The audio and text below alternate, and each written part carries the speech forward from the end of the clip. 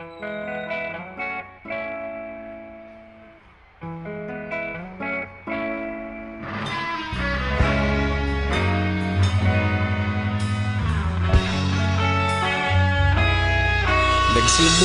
ang lahat sa eskwela, nagsama-samang 12 sa kalokohan at sa tuksuhan, hindi maawat sa isa't isa. Madalas ang standby sa cafeteria, isang barkada na kay saya. Laging may hawak-hawak na gitara, konting udyok lamang kakanta na. Kay simple lamang ng buhay nun, walang mabibigat na suliranin. Problema lamang laging kulang ang datong. Sana napunta ang panahon? Sana nga ba?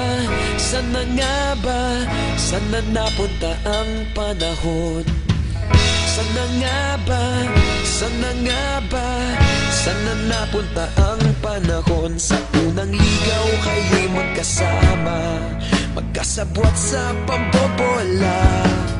Walang sikreto kayong tinatago, okay sarap ng samahang barkada. Nagkawatakan na sa kolehiyo, kanya-kanya na ang lakaran. Kahit minsanan na lang kung magkita, pagkakaibigay hindi nawala. At kung saan na napadpad ang ilan, sa dating eskwela meron din naiwan. Meron pa ngang mga ilang nawala na lang, nakakamiss ang dating samahan. Sana nga ba? Sana nga ba? Sana nga bang barkada ngayon? Sana nga ba? Sana nga ba? Sana nga bang barkada ngayon?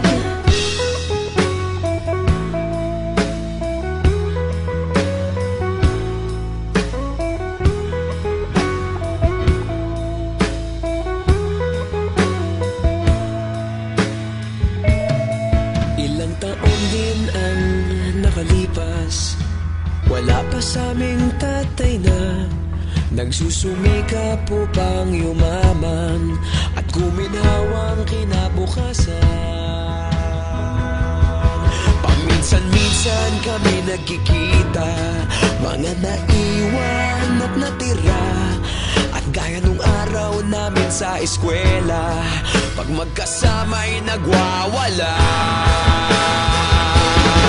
Napakahirap malimutan ang saya ng aming samahan. Kahit lumipas ng ilang taon, magkabarkada pa rin ngayon. Magkaibigan, magkaibigan, magkaibigan pa rin